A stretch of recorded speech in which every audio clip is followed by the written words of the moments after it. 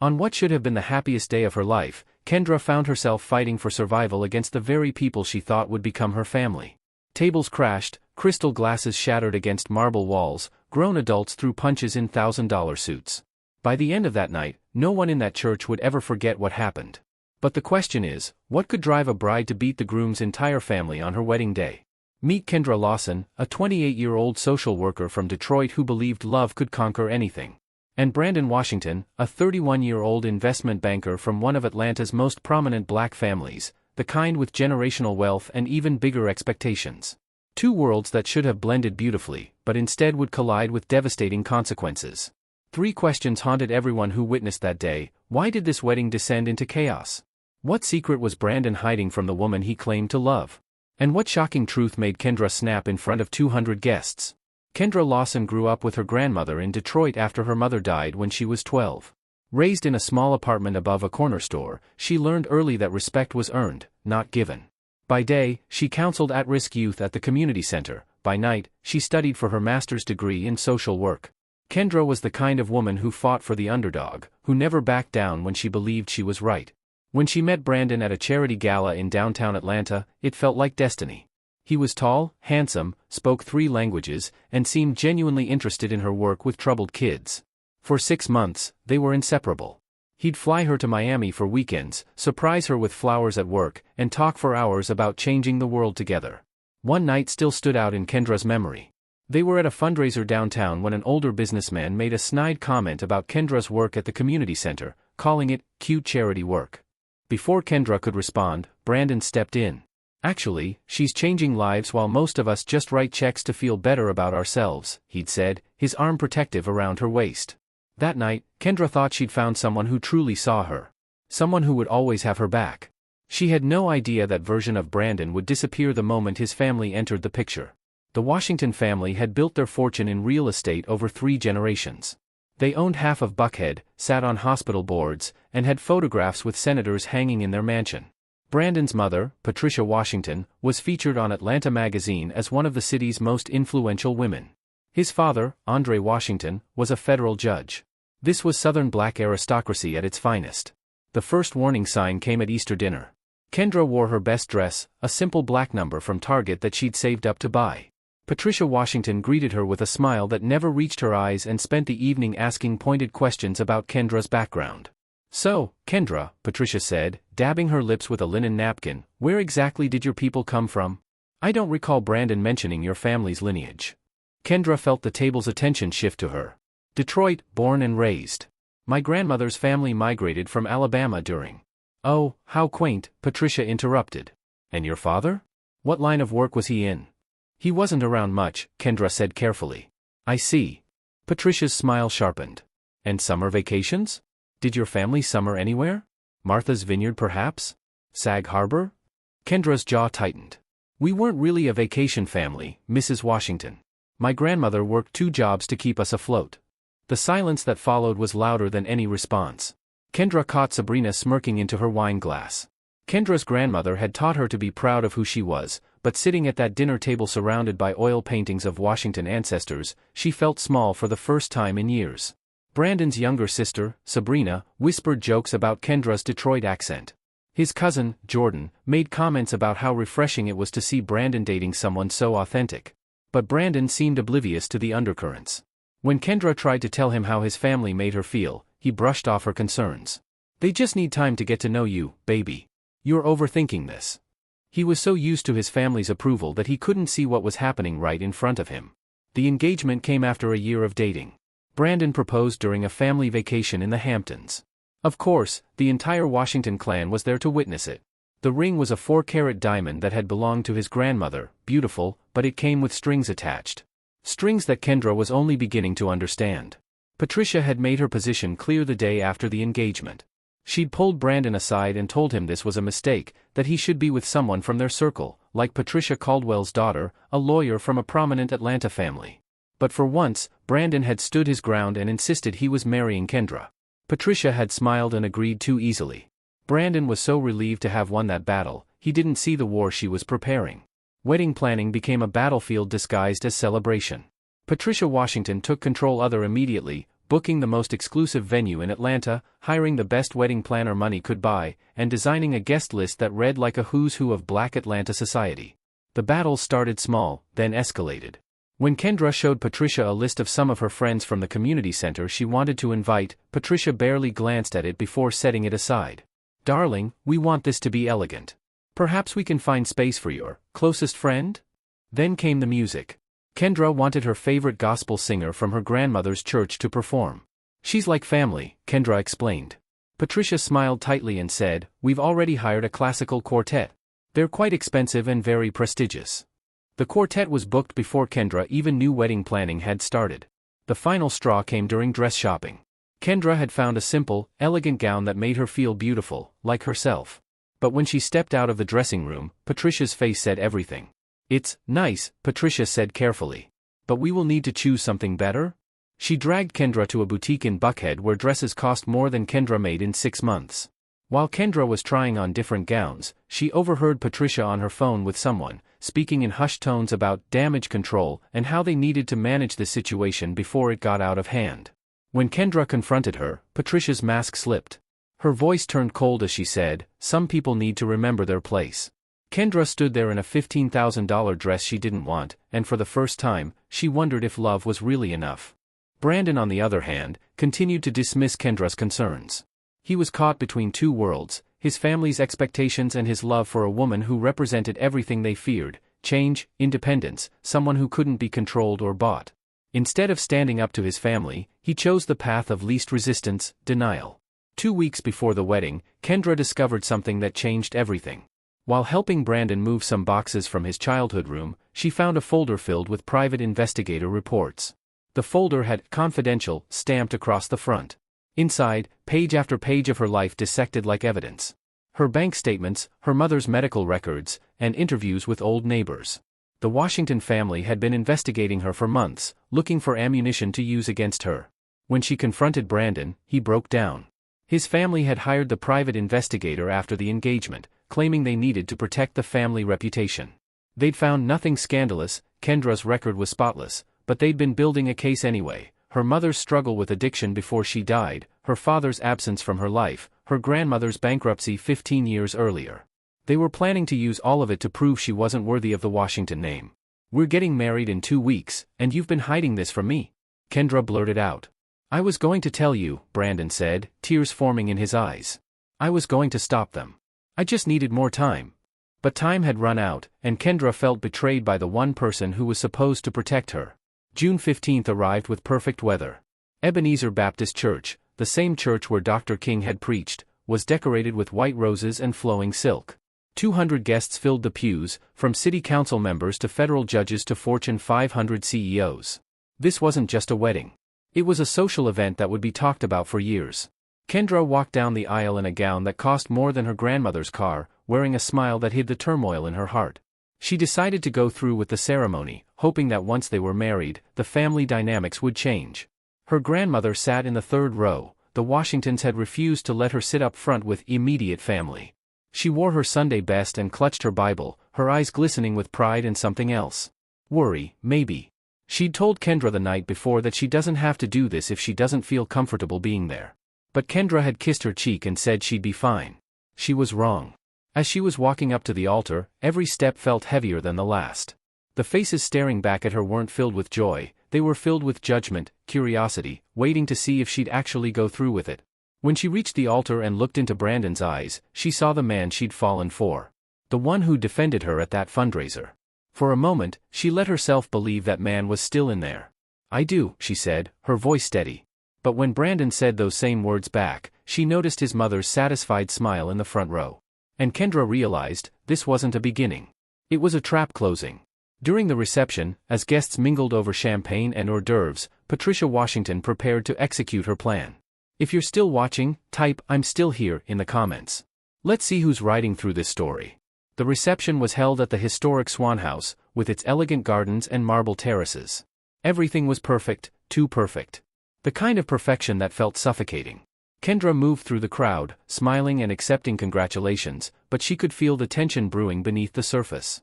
During dinner, as guests enjoyed their 7-course meal, Patricia Washington rose to give what everyone expected to be a traditional mother of the groom speech.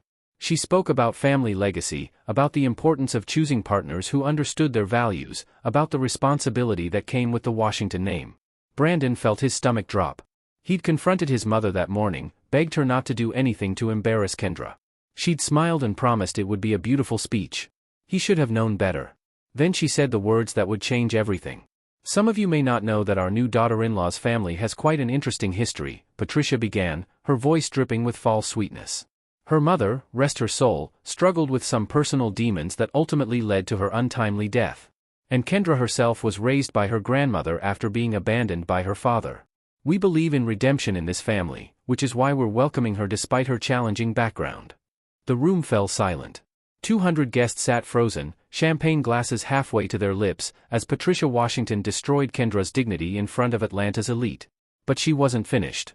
Of course, we had to do our due diligence to protect our family, Patricia continued.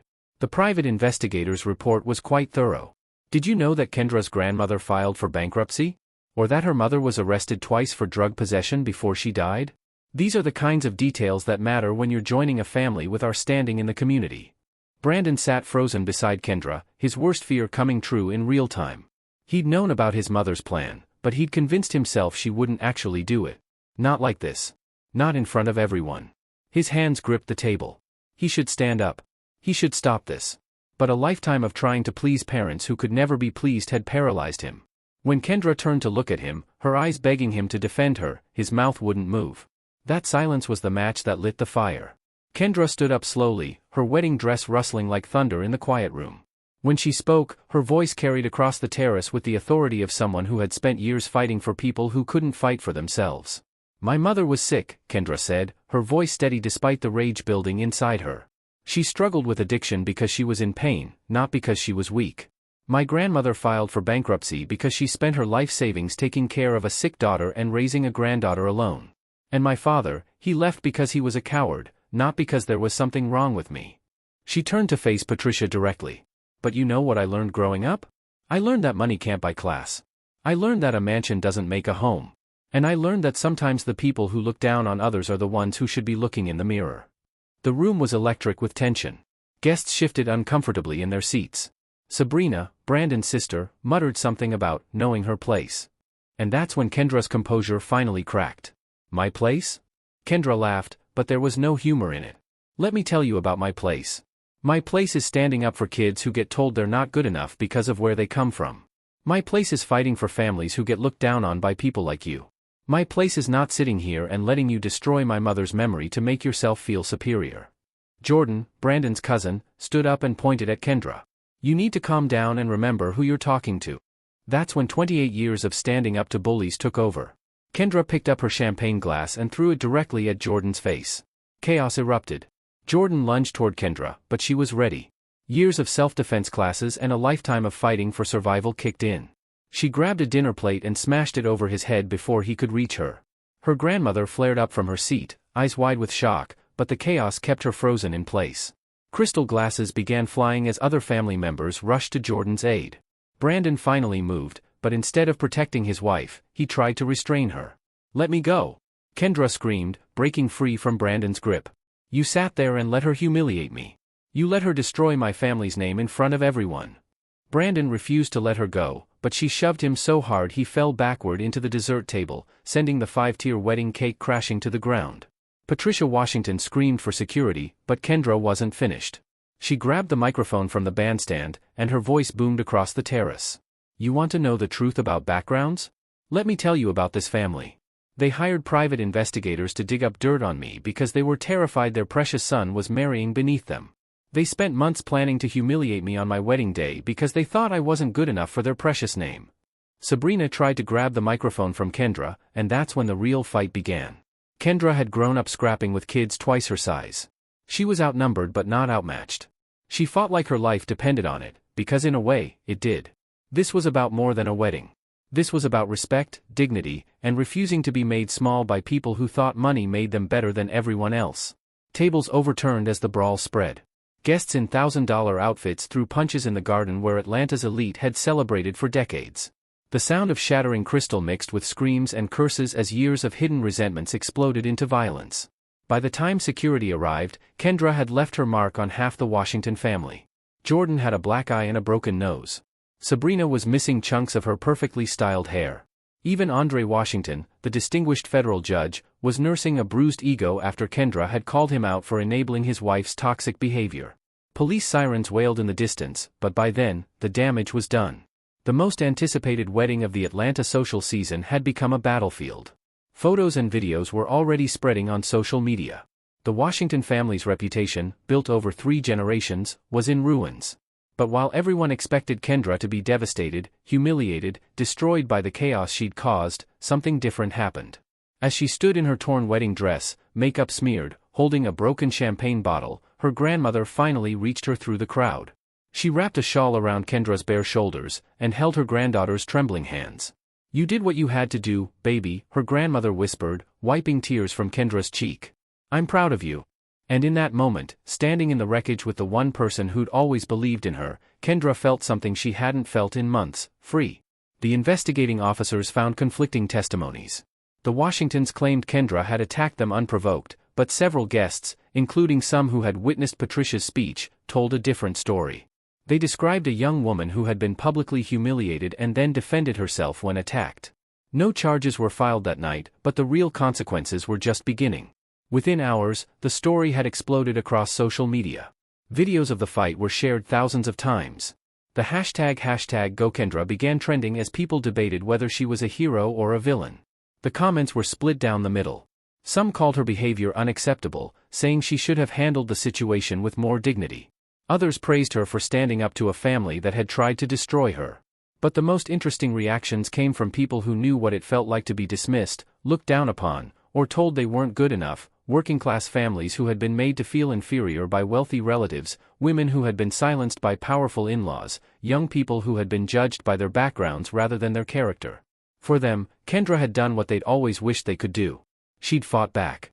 The Washington family tried to control the narrative, but it was too late. Details about the private investigator emerged. Guests began sharing stories about Patricia Washington's history of cruel behavior toward people she considered beneath her. The family that had spent decades building their reputation watched it crumble in real time. 3 days after the wedding, Brandon filed for annulment. He claimed the marriage had been entered into under duress and that Kendra's violent behavior had revealed her true character. But Kendra had one more surprise for the Washington family. She hired the best defamation lawyer in Atlanta and sued Patricia Washington for publicly sharing private information obtained through illegal surveillance. The private investigator reports that had been used to humiliate her became evidence in a civil lawsuit. Within 6 months, Kendra had won a settlement that covered her legal fees and left her with enough to fund her dreams. But the real victory wasn't financial, it was what happened next. The community center where Kendra worked saw a flood of donations from people who had been inspired by her story. Women's shelters reached out to offer her board positions. Speaking engagements poured in from organizations focused on empowerment and standing up to bullies. Brandon, meanwhile, watched his life fall apart from the sidelines. The woman he claimed to love had fought for her dignity while he sat frozen by fear of disappointing his family. His cowardice in that moment revealed everything about who he really was, and who he would always be. 6 months later, something unexpected happened. Brandon reached out to Kendra, begging for reconciliation. He claimed he'd realized his mistake, that he was willing to cut ties with his family if she would take him back. He said he finally understood what she'd been going through and that he would spend the rest of his life making it up to her. Kendra's response was swift and final. "The man I fell in love with would have stood up for me from the beginning. The man I married sat silent while his mother destroyed me in front of 200 people. You showed me who you really are, and I believe you." She had learned something powerful that day at the Swan House. Sometimes blood may be thicker than water, but dignity is stronger than both. Sometimes the people who claim to love you are the ones who will hurt you the most. And sometimes, the only way to save yourself is to fight back, even when everyone tells you it's wrong. The question that lingered in everyone's mind wasn't whether Kendra had been right to fight. It was why it had taken so long for someone to put the Washington family in their place. For years, they had used their money and status to look down on others and make them feel small. Kendra had simply refused to play that game. Today, Kendra runs her own nonprofit organization empowering young women from underserved communities. The torn wedding dress from that infamous day hangs in her office, not as a reminder of failure, but as a symbol of the moment she chose herself over acceptance. The Washington family never recovered their social standing. Patricia was quietly asked to step down from several board positions. The wedding that was supposed to be a celebration became a reckoning, forcing conversations about class, respect, and dignity. What would you have done in Kendra's shoes? Would you have stayed silent? Walked away quietly? Or fought back like she did? Comment your answer below. I'll be reading every single one. Because here's the thing about standing up to bullies, sometimes fighting back is the only way forward. Sometimes causing a scene is the only way to be heard. And sometimes, the most important fight of your life happens when you're wearing a wedding dress. If you thought this story was wild, hit that subscribe button for more stories like this. But remember, your dignity is not negotiable, and your worth is not determined by other people's opinions.